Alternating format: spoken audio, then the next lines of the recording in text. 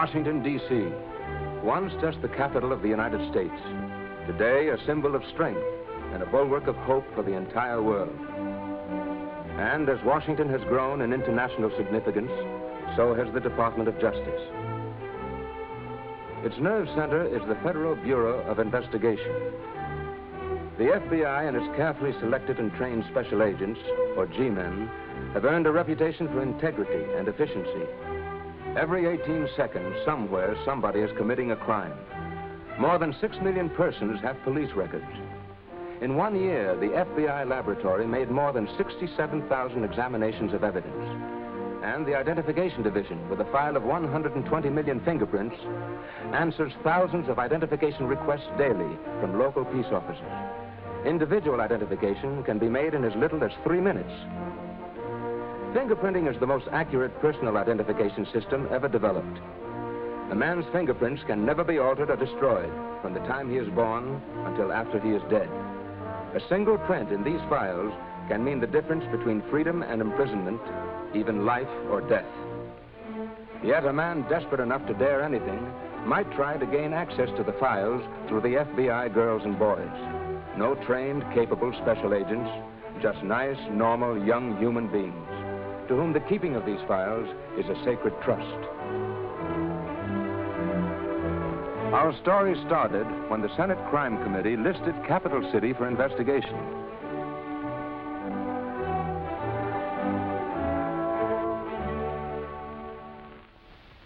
That's right, gentlemen. I think this Senate crime inquiry is a splendid example of democracy in action. Then you're not worried about the committee coming to Capital City, Governor? Worried? Why, on the contrary, I welcome it. I think it's a healthy influence. Now, it might be different if I had something to hide. What about those stories connecting you with the syndicate? Absolutely nothing to them. Vicious, ugly, and unfounded rumors started by my unscrupulous opponents. My skirts are clean, gentlemen. If the committee hadn't decided to come to Capital City, I would have requested this investigation. Is that good politics, Governor? It's the best politics. Look at it this way. If you wanted a clean bill of health personally, what would you do? Have a physical examination, right? It's the same way with the government. The way to keep it vigorous, healthy, serving the best interests of the public is to examine it periodically. I think this Senate crime investigation will prove one of the finest things that's ever happened in our great state. I'm sorry, gentlemen, but that's just about all the time we'll have. We'd like to thank Governor Grisby for this inspiring democratic message. Thank you for the opportunity. We all hope to have you back again soon. Thank you, Governor. Tune in next week at the same time for another meeting with the press panel. We're off the air.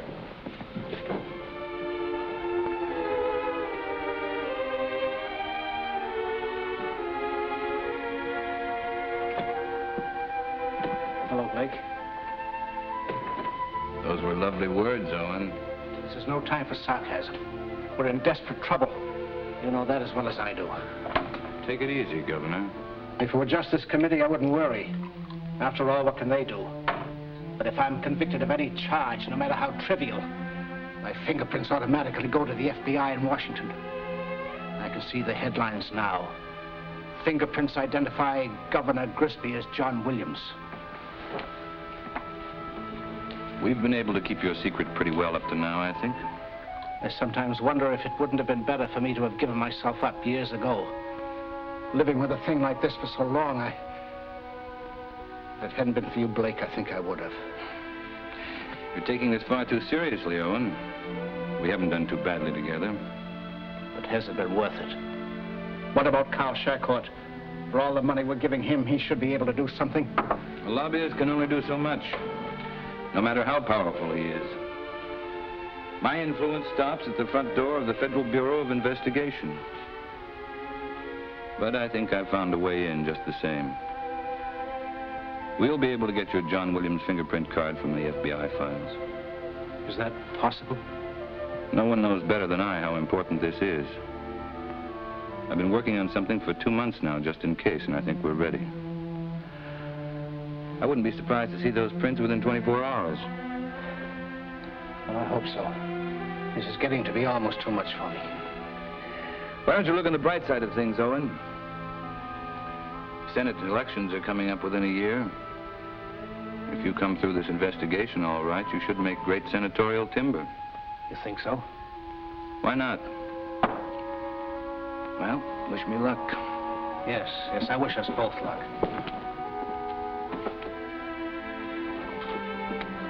You know, it would be a novelty in this great country of ours, wouldn't it? A man running for the United States Senate with a murder charge hanging over his head. Yes. Yes, Mr. Blake. Well, of course I understand. What? No, not yet, but my sister's here with me now, and I'm sure she'll... Who is that, Paul? Well, you won't have to do anything like that, Mr. Blake. No, you can depend on me. Yes. Yes, sir. What's wrong, Paul? Who are you talking to? Guy I know. Oh, look, sis, I've got to ask you to do something for me. It means an awful lot. More than I can say. You're in some kind of trouble. Big trouble. Well, I'll do anything I can, Paul, to help. I always have. Oh, I know, sis.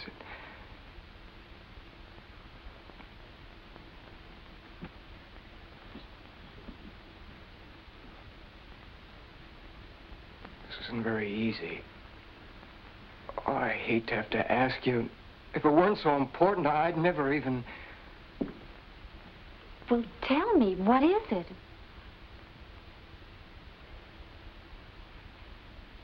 You've got to get me a fingerprint card out of the FBI files. A card?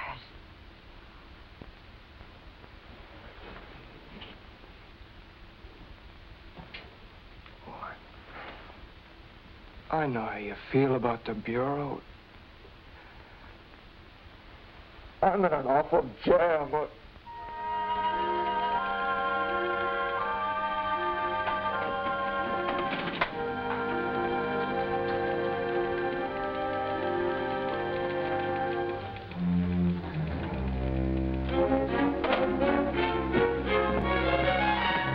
Donald, you're the clown. Yes, sorry.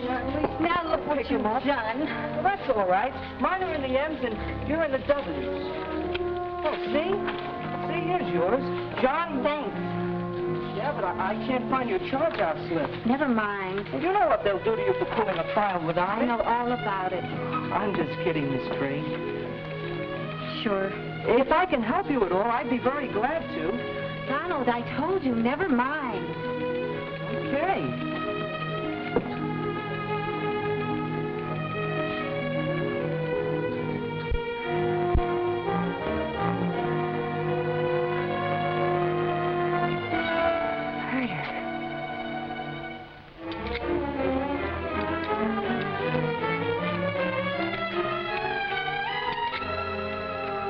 Yes, Owen. It's all taken care of. You have nothing to worry about. Just a minute. Stop that, Georgia. I'm sorry, Owen. I just got word. His sister's picking up the prints tonight. Well, I hope so. The investigators will be here in less than 2 weeks. You'll have that card tomorrow. Then they can probe as deep as they like. What about the girl? She might talk. Don't worry.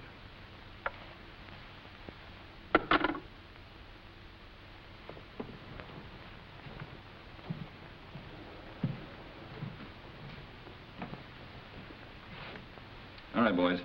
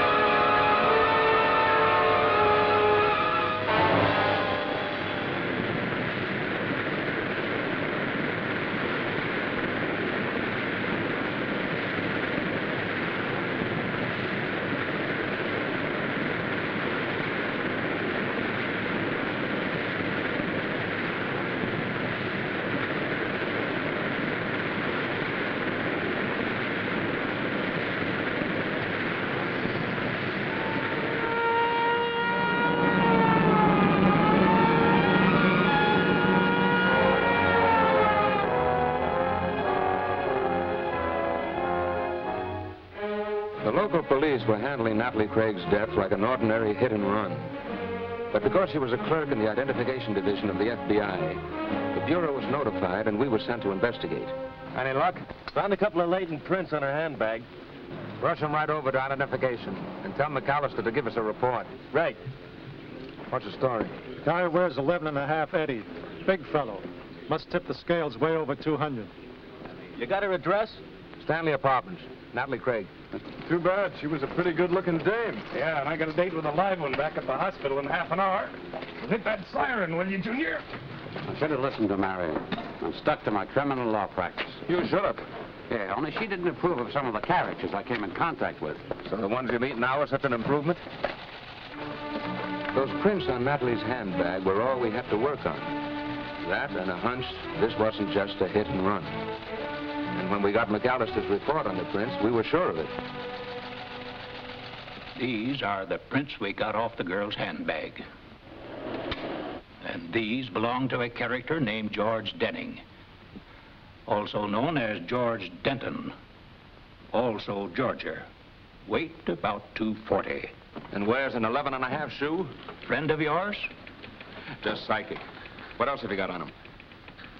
Tried once on suspicion of murder. Supposed to have carved up a girl 3 years ago. He beat the rap. Served time on 3 convictions, all as a guest of the state of Georgia. Seems he underwent psychiatric treatment in prison. Emotionally unstable, eh? The worst kind of a killer. Well, there's nothing more we can do here. Let's get over to the Stanley apartment.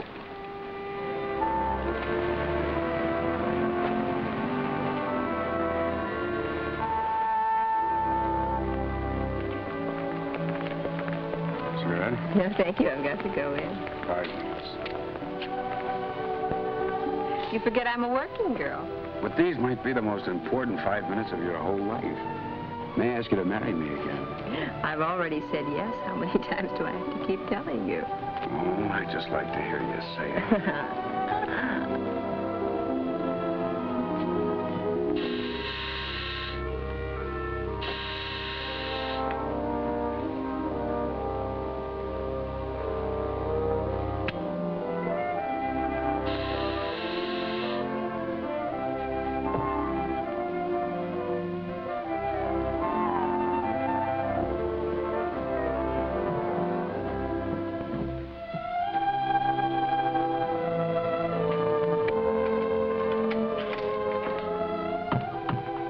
FBI. Oh?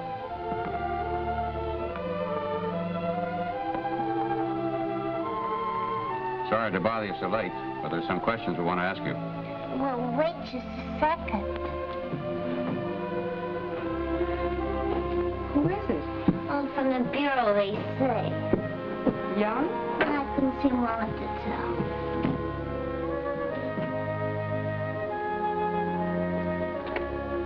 May I examine your identification cards again, please?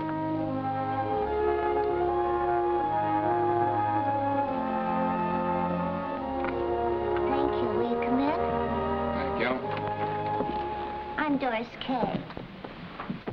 Mr. Stedman, Mr. Donnelly, this is Susan Matthews. How do you do? When did you girls last see Natalie Craig?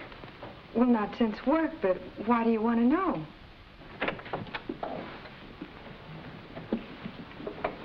Hello. This is Shirley Wayne, our other roommate. Mr. Stedman, Mr. Donnelly. Shirley, they're here from the department asking about Nat. This is Carl Shurcourt. How do you do? How are you? What about Natalie? Well, it's not very pleasant. She was killed tonight. Killed? How? Another car ran her off the road. I'm sorry, Shirley. Then again, it might have been deliberate. But why should anybody want to kill Natalie? That's what the FBI would like to find out. Where did she spend the evening? We had dates in town. It was Natalie's turn to use the car. What about her friends? Well, she didn't go out very much. She kept to herself most of the time. Her brother Paul was the only person I ever heard of mention. She seemed unusually upset this morning. I saw her at lunch today. She was with Paul. They both seemed terribly worried. Anything else you can tell us? I know this is none of my business, but Won't this hold until tomorrow? Yeah, well. Come on, then. Let's call it a night. Thanks very much, ladies. Good night. Thank you. Good night. Good night.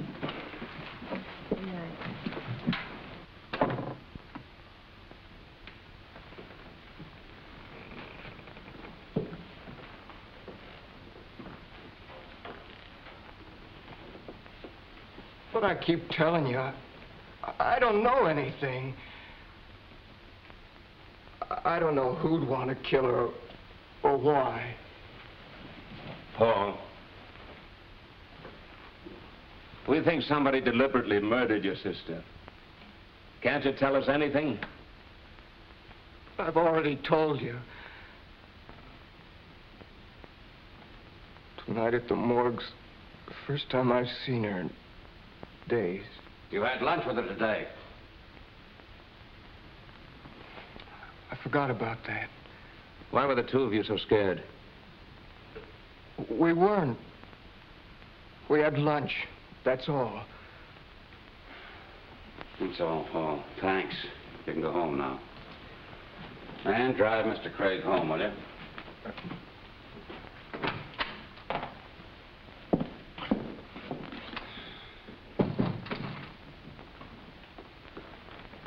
The kid's scared.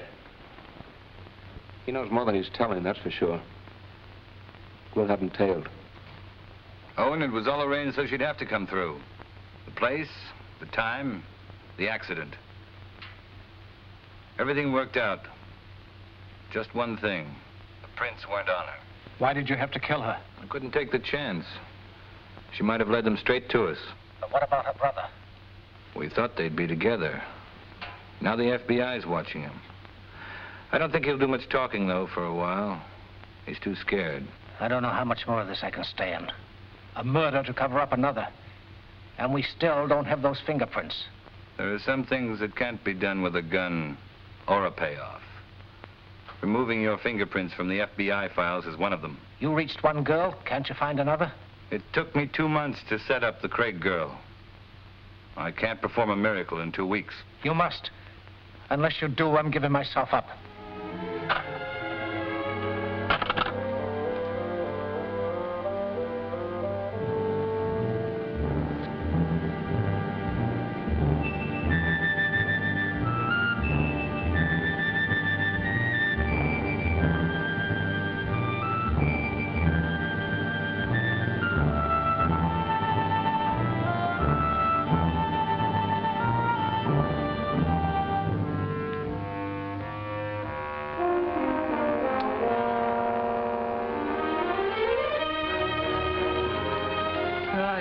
I was sure sorry to hear about Natalie. So was I.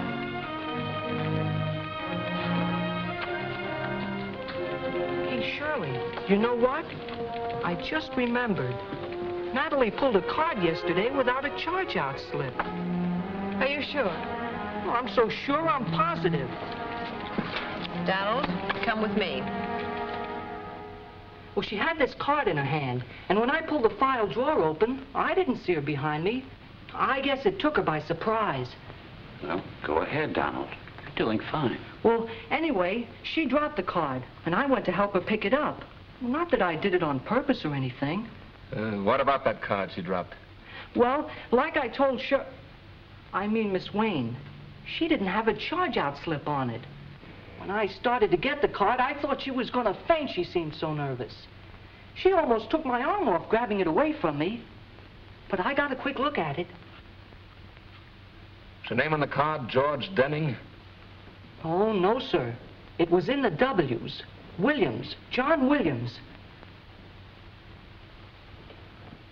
Well, how about running downstairs and lifting him out of the files for us? Oh, it's going to take a long time, Mr. Donnelly. There's nearly 10,000 John Williams in the file.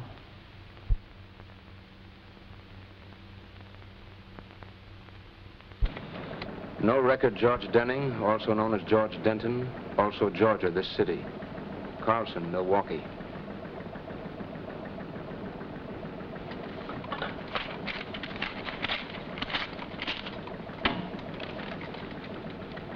Milwaukee, Philadelphia, Boston, New York. Same from every office. Nobody home. you ask me, our Georgia friend is still holed up in town. Let's throw him a coming out party.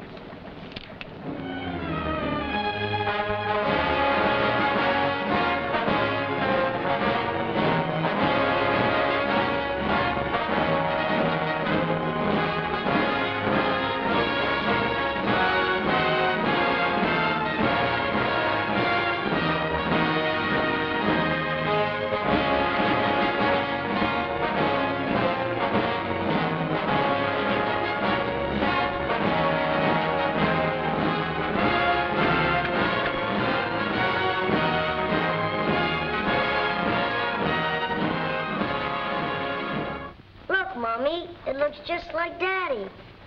Come on. Well, he does, doesn't he? And in cooperation with the FBI and local police, we are televising the official photographs of this man, taken from the files of the FBI. If you have ever seen this man or know where he is, contact your local FBI or police immediately.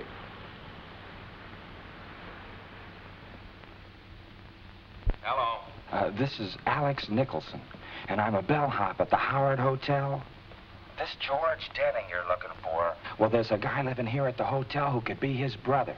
Only his name isn't Denning, it's Douglas.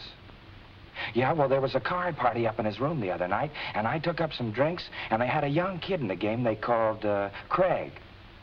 Yeah, that's it, Paul Craig. Of course, I don't know, but I kind of thought maybe it might have something to do with that, Natalie Craig girl that got killed. Is he still there? Yeah, room 202. We'll be right over.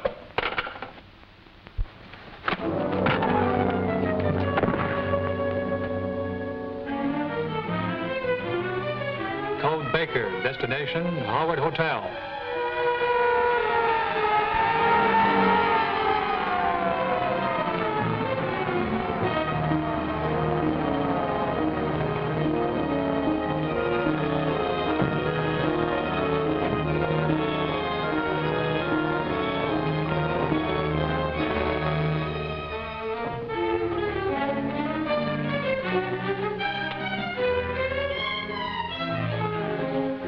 Denning lived here, all right. We've got an ambulance on its way.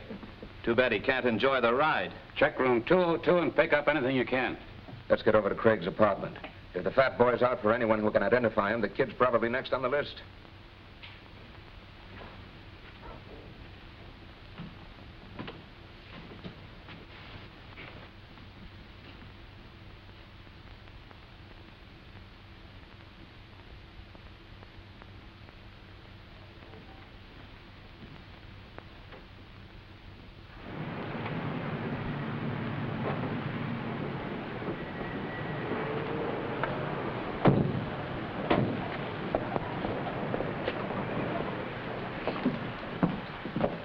What's all exciting? Denning just packed away the night plug at the hotel where he lives. We figured he's out gunning for Craig. I just got him wrapped up for the night about 20 minutes ago. Probably up there brushing his teeth right now. Well, we'll just make sure he cleans them pretty good. Stick around, will you?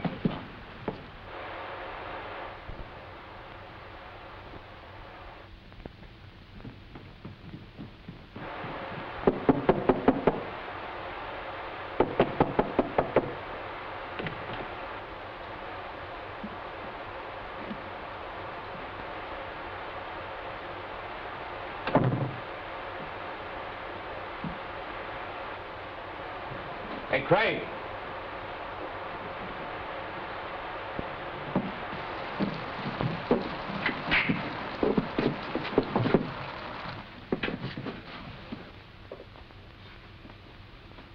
Call an ambulance.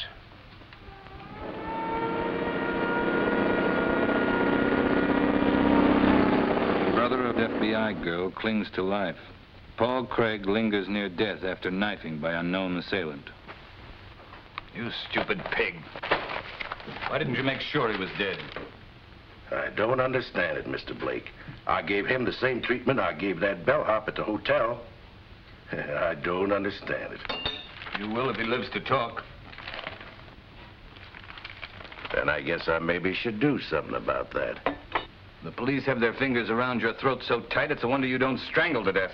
Waldo. Mr. Blake, you know I'm a cautious soul. Why, all of Georgia didn't sleep for a whole year just looking for me. And they had bloodhounds. You've a stronger smell about you today. Well, go ahead.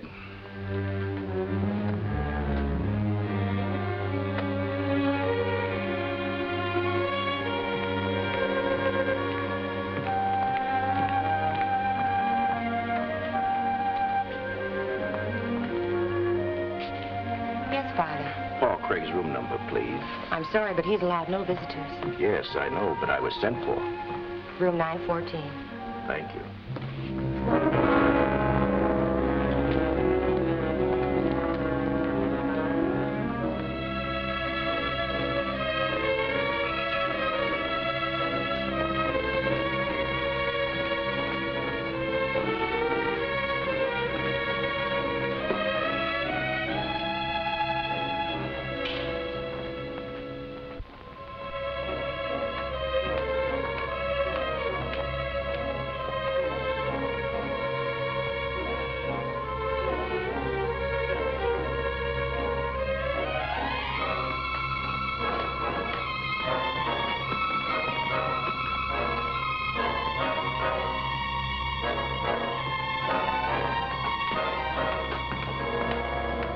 Good day to you, Reverend. Shame about that poor lad. 'Tis rumored he won't last to see the night. But with you now about to be praying over him, maybe there'll be a miracle. It's what I'll be praying for.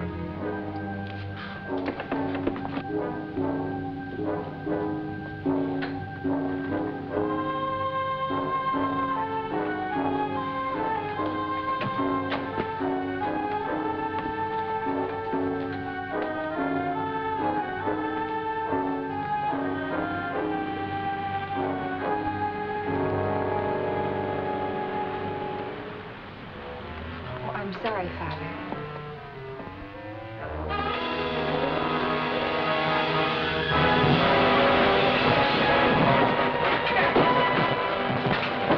Call the fire department. We want him off that ledge alive.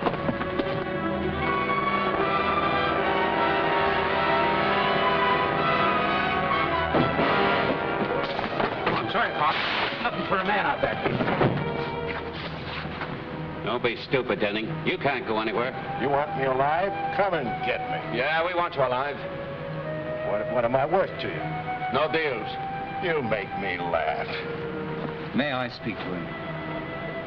Well, you can try, Father. But I don't think it'll help. This man, he's a priest. No, Father, he's not a real priest. He's not even human. Whatever you've done, this is not the way. You can never justify taking your own life.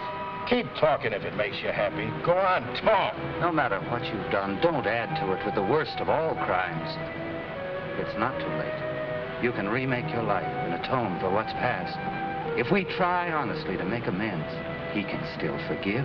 Heaven talk will get you nothing. Besides, this ain't Sunday. Won't you give me a hand? Let me help you.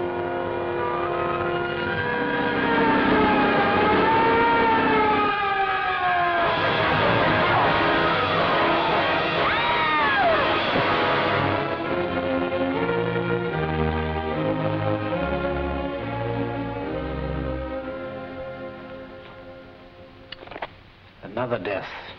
Yes. Fortunately for us, he didn't live to talk.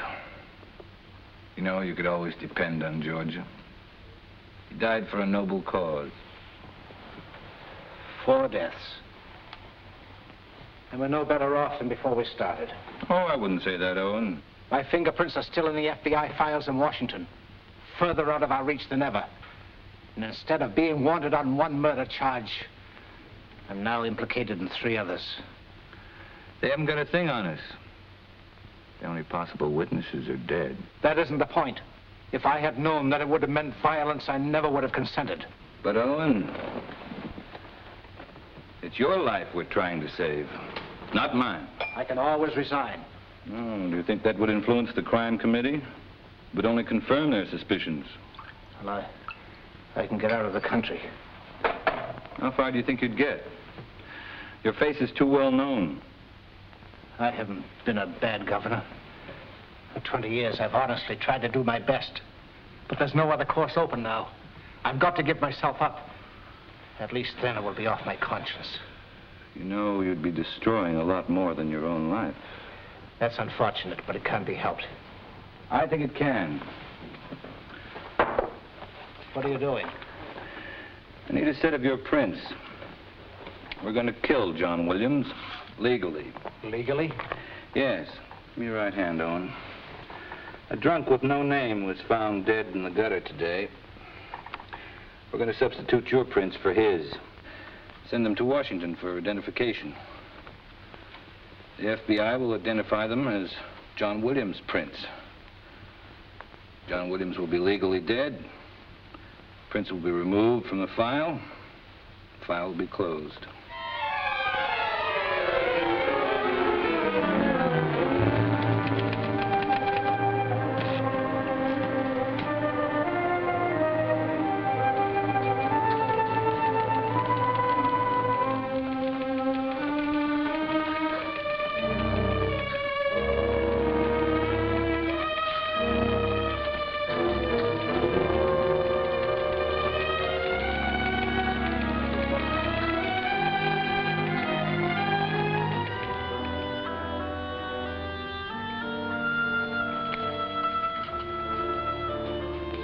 I'm sure this is the same car that Miss Craig had.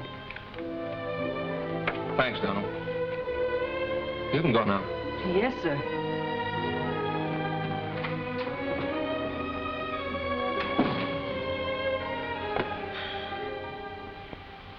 Doesn't add up, Don.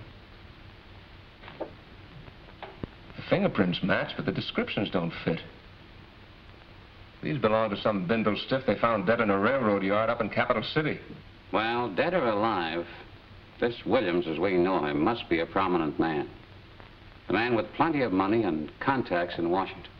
A man almost clever enough to crawl into our files and kill our girl and knock off the only other two witnesses who could put their finger on him. Well, if that's the kind of a character we're dealing with, what's to prevent him from planting his prints on some poor stiff and have us close the case for him? Say, this guy seems to be very much alive. And there's just one place to find out. Capital City.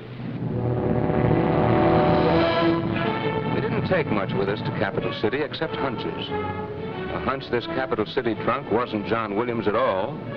A hunch that John Williams was still alive and that he was involved in the murders of Natalie and Paul Craig. Our first stop was a broken-down rooming house across the tracks, listed by the police as Williams' last address.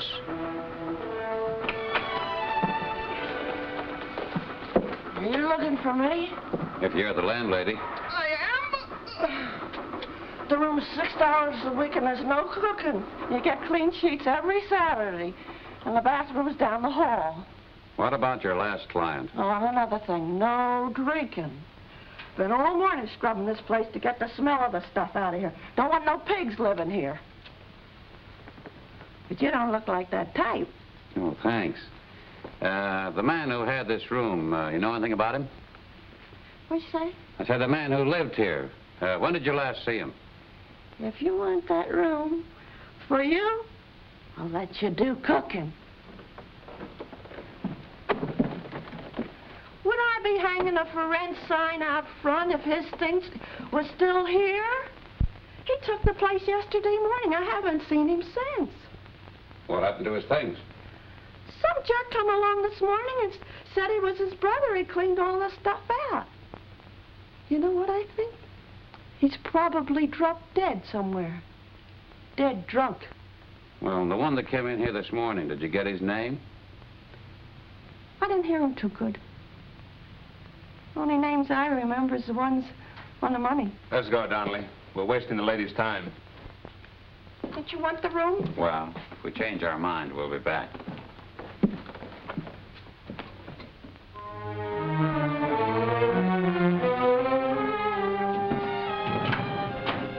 John Williams, yeah? Wanted for murder, huh? Well, you'd never think it to look at him. Of course, you lay in that icebox for 24 hours, they all come out peaceful and innocent looking. Oh, yeah, Williams, here he is. Brought in day before yesterday. Found him down by the railroad tracks, dead drunk. It's all here in the book, just like I said. Well, let's have a look at him. His brother came in to claim him, kind of a quiet, ugly guy. Never even bothered looking at him, just had me ship him over to Chauncey Brothers Mortuary.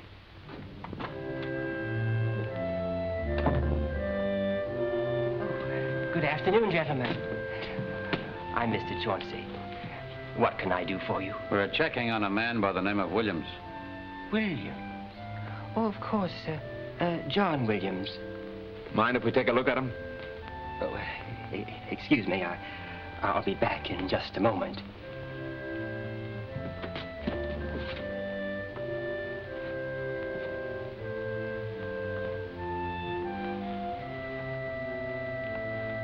Here he is.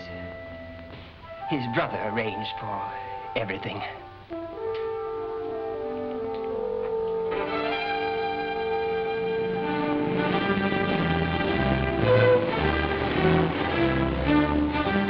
Donnelly had to check with our field office, so I took the plane back to Washington alone. It was quite a trick they tried to pull, palming off the identity and fingerprints of a man wanted for murder on a dead man, then cremating the body before we could check. It might have worked, too, except for the coincidence of one clerk spotting one card out of millions. Anyway, we were convinced John Williams was alive somewhere in Capital City. This is a day for coincidences, even though I didn't realize it at the time. Anyone using this seat? No, sit down. Thank you. The lady up there is traveling with a baby. Not that I don't like children. Yes, I know what you mean. Newspaper, sir? Yes, thank you very much. That's you, sir. No, thank you. Quite a thing, the Senate investigation. Good for the country, don't you think? Yes, I do.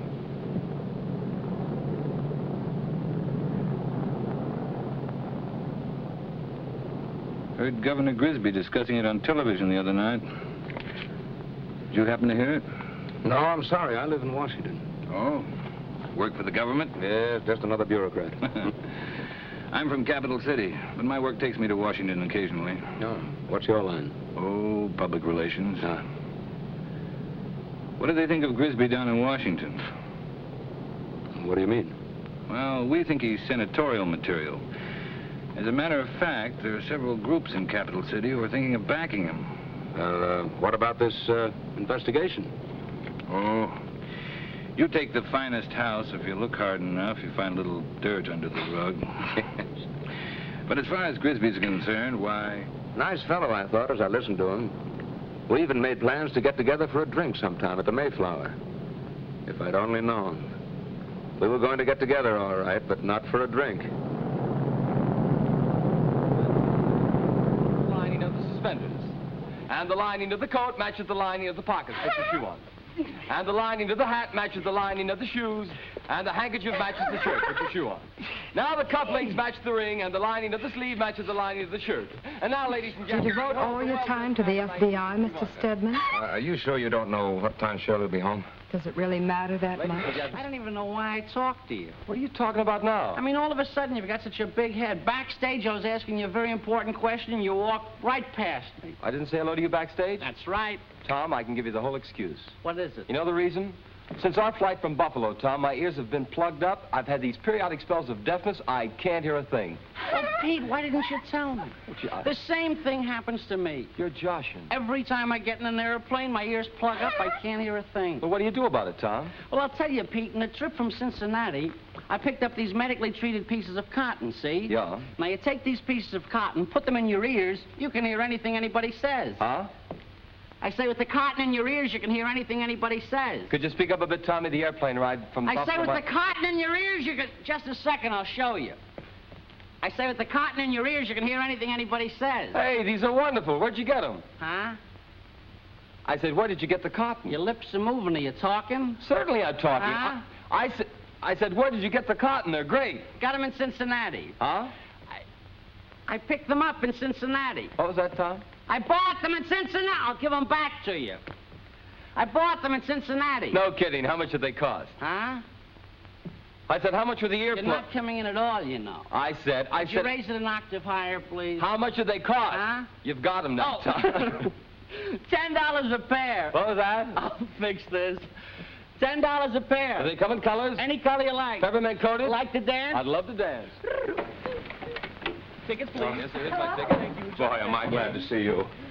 I want to talk to you, Shirley. Alone. Look at you, Tom. It's important, official. A derelict. We can take a hint. Well, excuse us a minute, will you, girls? It's a shame. It's hard to believe that you and Very I... funny grew up guys. the same little... Yeah, very funny. Dopes.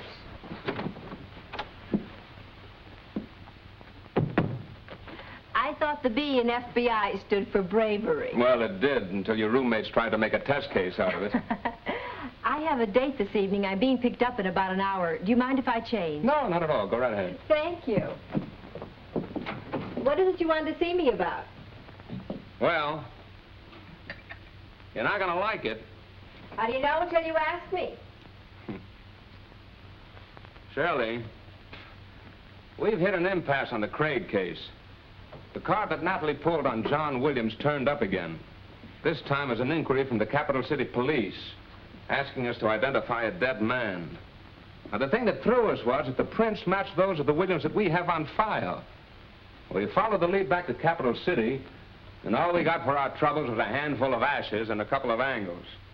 A hunch that John Williams is still alive, and that the one who may know his real identity is Carl Shercourt. Carl, do you mean to tell me that he had something to do with Natalie's death? Well, now, we don't know that yet. But we do know that John Williams, whoever he is a big man in Capital City. And Carl is the #1 lobbyist for all the big interests in Capital City. He's been trying for weeks to kill a Senate Crime Committee hearing on the political machine that runs that state. You'll never convince me that Carl had anything to do with murder. Now, Shirley, this is important. He may know who Williams is. Well, why don't you ask him? What, and blow the case if he's involved? I was hoping you'd be our inside angle. Let me get this straight. Are you trying to tell me that you're going to use me to get information out of Carl? Well, I told you you wouldn't like it. Good night, Mr. Stedman. Here's your hat. And you might look up the meaning of another word in your FBI motto. Fidelity.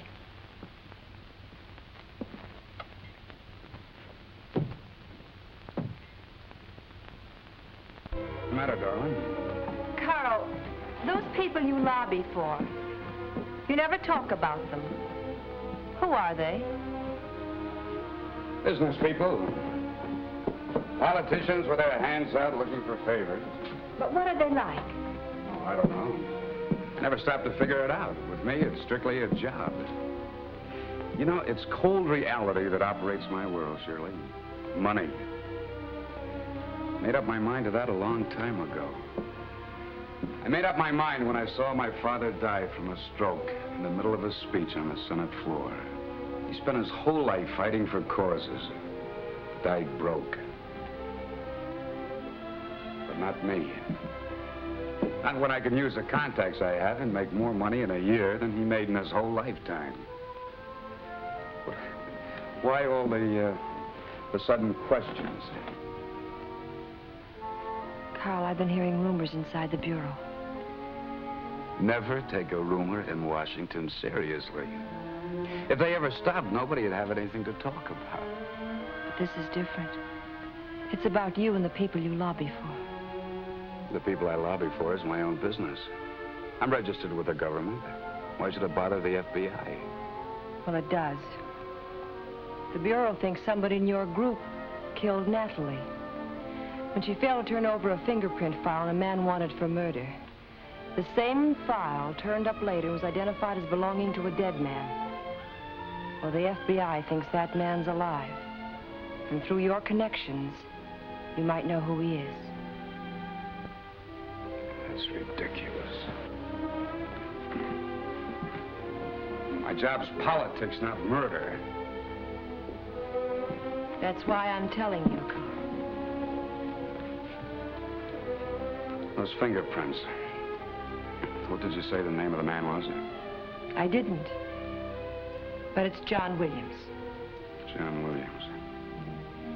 Never heard of him.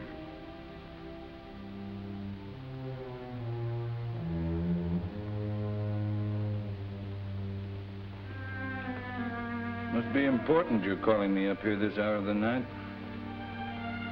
What's the big mystery you couldn't talk about over the phone? John Williams. Who's he? I thought you might be able to tell me, Blake. Since we're all brothers under the skin, he's one of us. Did you pull me out of bed and drag me clear across the Potomac just to play a name quiz? The FBI wants him for murder. Does that mean anything to you? Might impress me. What else do you know about him? That he's supposed to be dead. Then what's the problem? The FBI doesn't think he is. Who is he, Blake? Where'd you dig all this up? Straight from the FBI. The girl I'm engaged to happens to work for the Bureau. Really? How convenient. What division? Fingerprint identification. Carl, for a young fellow, you've come a long way. You've managed to get all the good things out of life. Lucky girl. I only hope she can enjoy them. What are you driving at? We have a slight problem on our hands. There's a rope around our necks, big enough to fit all of us. But I think now it can be removed without too much difficulty. This, girl you're engaged to. It should be a simple matter for her to extract a certain set of prints from those files. Like Natalie Craig? Uh-uh. You picked the wrong girl this time, Blake. No. No, I haven't. Well, here's to your future happiness.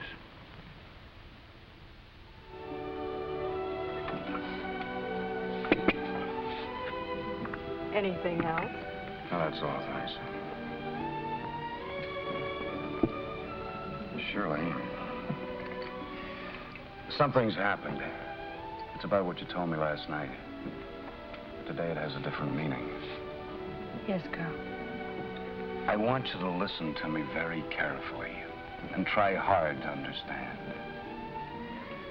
Suppose Williams was a really important man who got off to the wrong start, and no matter how hard he tried, couldn't make up for it.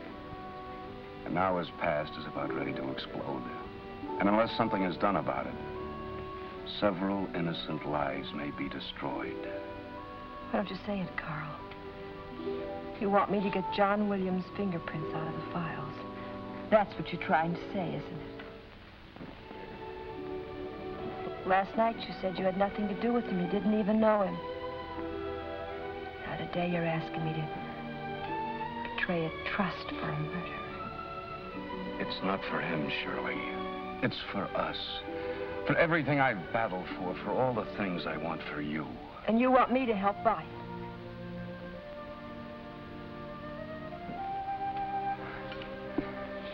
I can't explain it, Shirley, but do it. Do it for me. I'll be late for work, Carol. Can we leave?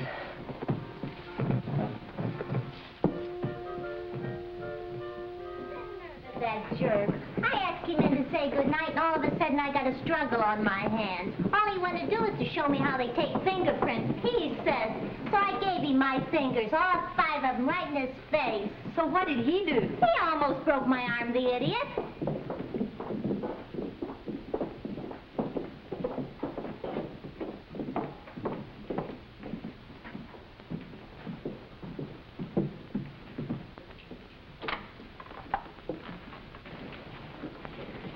Come on in. a chair. I'm sorry about what I said last night. I was the one that should have understood the meaning of fidelity. You told Shercourt? Yes. I knew you would. You knew? Sure.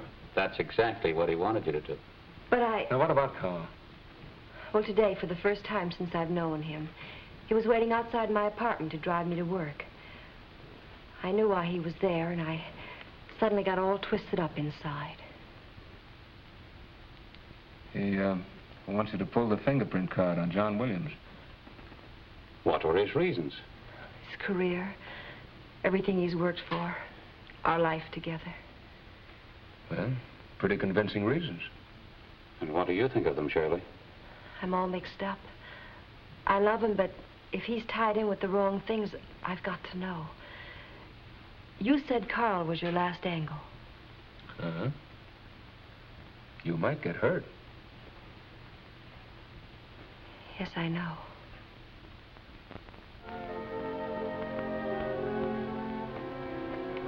What can I say, Shirley? There's nothing to say. I did what you wanted. But what about us?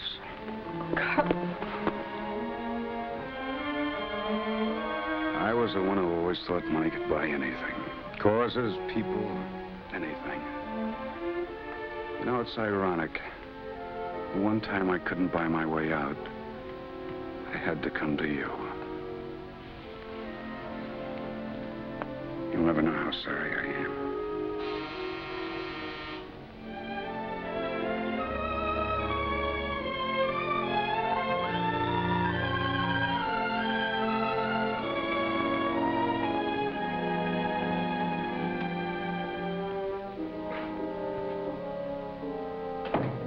I said I'd bring the prince to you, Blake. Thought I'd save you a trip. Followed her here, just for insurance. Is this a good enough premium? Why, that depends. Now stay away from us, Blake. And that depends.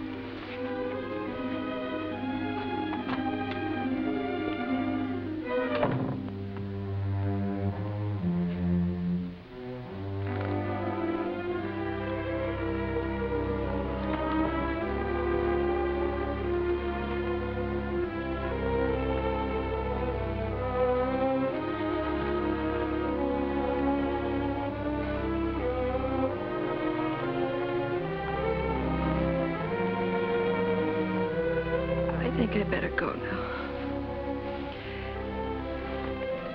We've both got a lot to think about.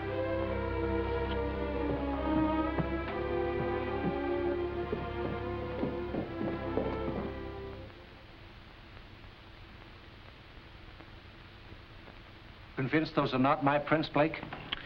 I'm convinced. You think Carl helped her? No, I don't think so. He's much too involved. What about the FBI? If they knew who John Williams was, you wouldn't be here, Owen. And just to protect your luck, there's a quiet little church down the road. Drop in and make an offering. A large one. And a prayer might help. But will the FBI hear it? I'm sure they will. All set.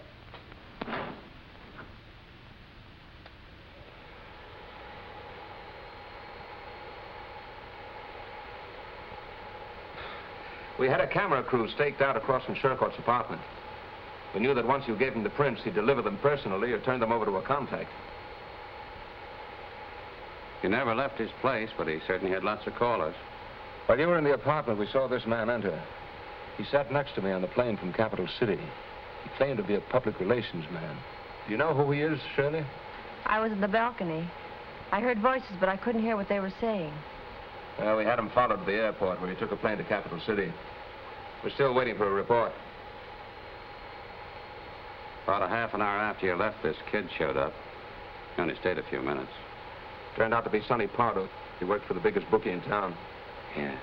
Shercourt must have had a bad day.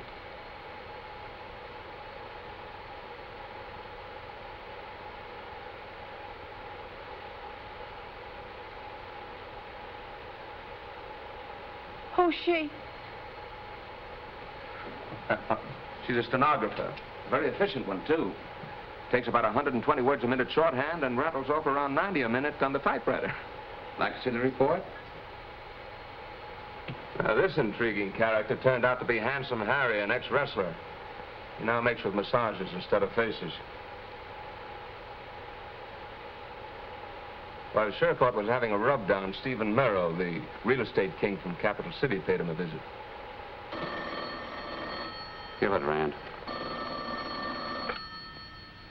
Donnelly. Yeah. Yeah. Uh-huh. Okay, thanks. That was Palmer from Capital City. He tailed Shercourt's friend to the Mannering Hotel. That's where he lost him. Just his luck, the hotel was overcrowded with 3 conventions. He said the place was a madhouse. Right back where we started. I'm sorry I couldn't be more helpful. Well, that's all right, Sherry, and keep in touch with us. I will.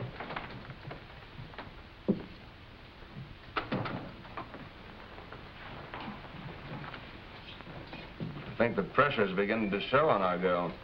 Well, she's in a pretty rough spot, doing a man's job for us and carrying a torch for Shercourt.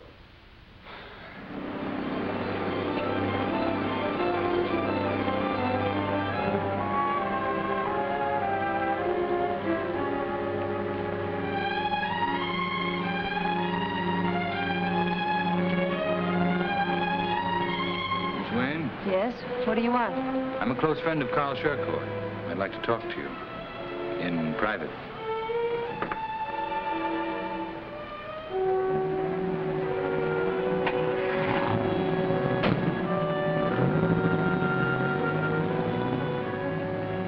Why did you switch those prints?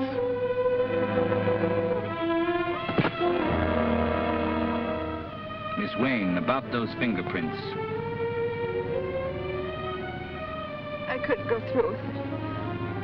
I thought any set would get by, so I used my own. I'm only going to say this once, Miss Wayne, so I want you to remember it. I want the real fingerprint file on John Williams.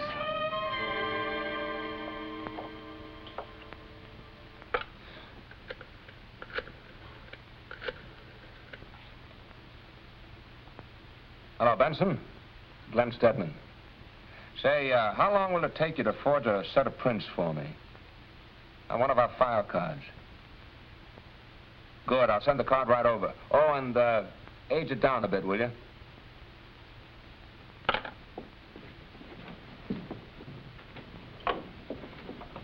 This little dream operates on the same principle as a walkie-talkie. Built-in batteries, extra sensitive microphone, the switch when you want to go on the air. Turn it on a minute, will you, Glenn?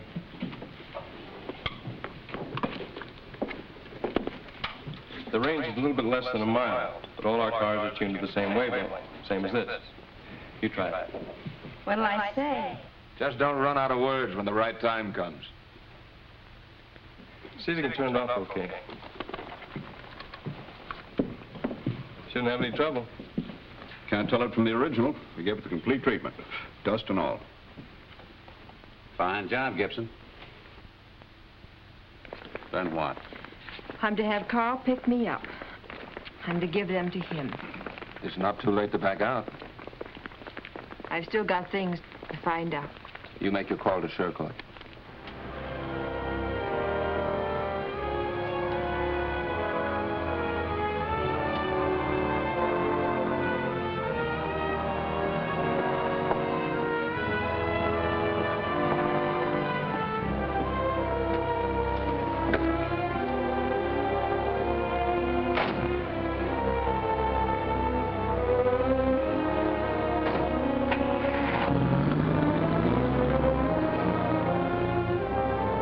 Relax, Shirley.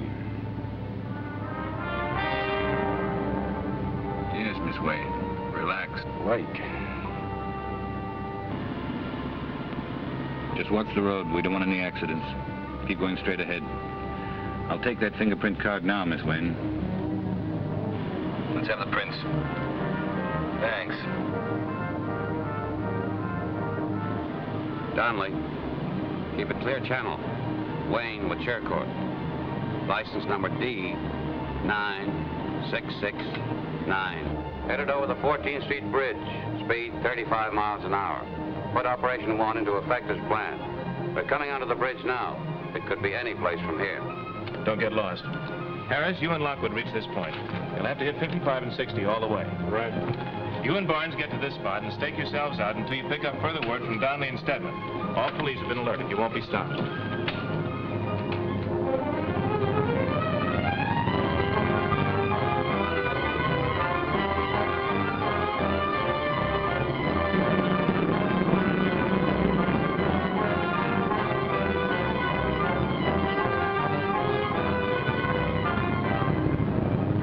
Too much to tell us where we're going? Not at all. I'm having a little celebration at my house tonight, and you two are the guests of honor. How nice. Then we'll get to meet Mr. Williams. It's a surprise party, Miss Wayne. You wouldn't want me to spoil all the fun, would you? When we hit open country, we'll have to drop back and we'll lose contact. Get the flash to Whitey. Donnelly again. We're on the Virginia side, heading towards the Lincoln Highway. Over. Stay with him. Operation 1 underway. Slow down for a minute.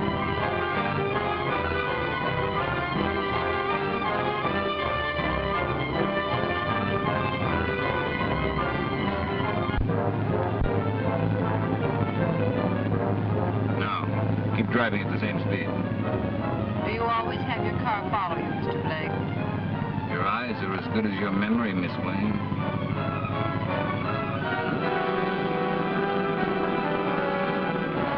Company. The wrong kind. I never figured you'd have pulled a double cross, Blake. I said it all depends.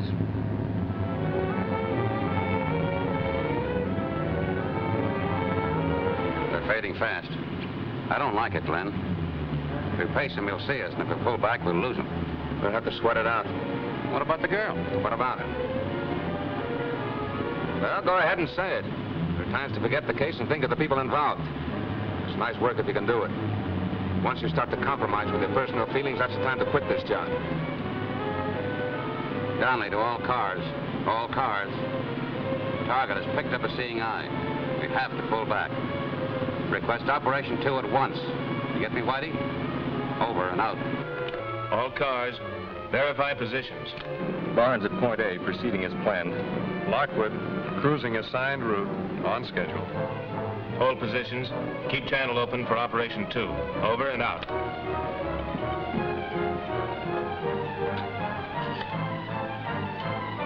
Yes, sir. Scott, Washington Airport.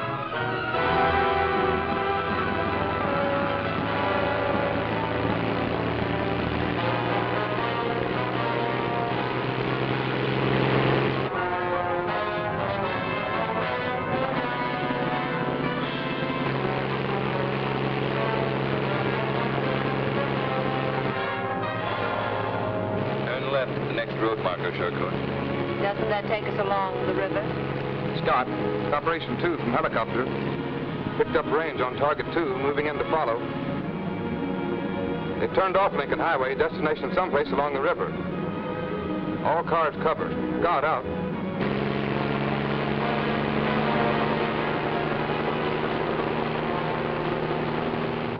There's a narrow dirt road half a mile just beyond that clump of trees.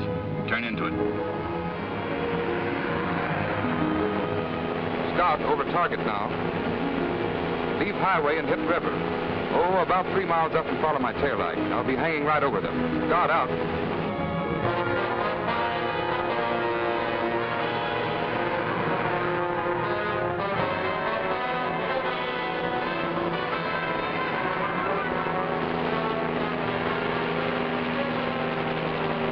Stop to all cars. You see me, over? Lockwood, check. We're right with you. Barnes, check. Position minus 2 miles. Donnelly, check.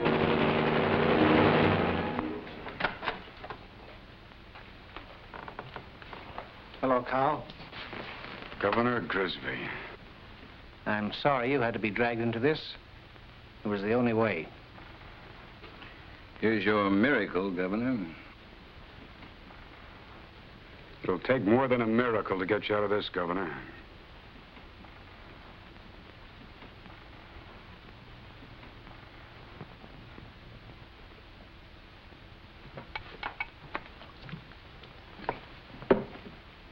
I've waited a long time.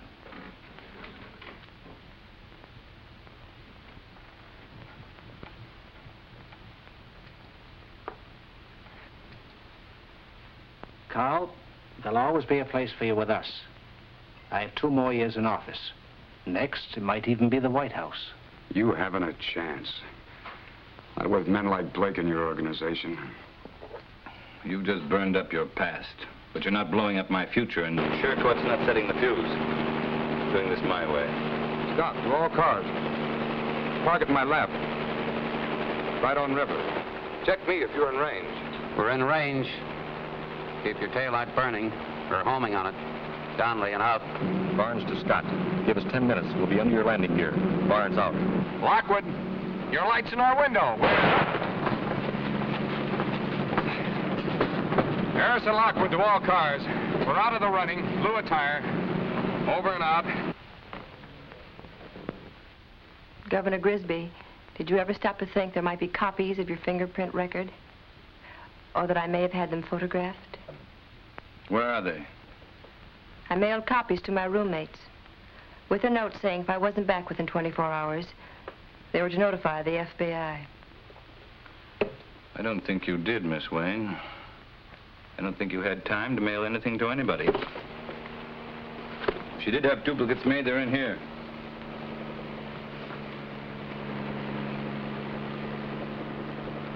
So they've heard everything we've said. That's very interesting. I hope they're still listening. I'm walking out of here, and Miss Wayne goes with me. Whether she lives or not is up to you. There's not much time. You go ahead, Blake. I'm tired. I'm tired of running. False targets. Field and broadcasting. I'll hang it up over the area. Check me when you enter. Scout out.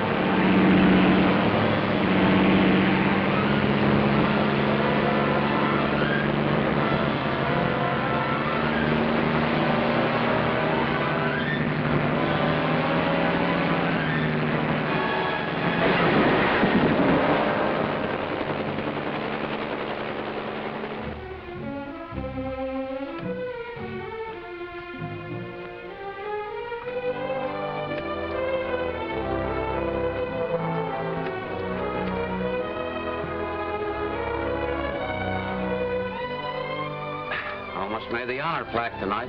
You'll still have to make it the hard way. Looks like it.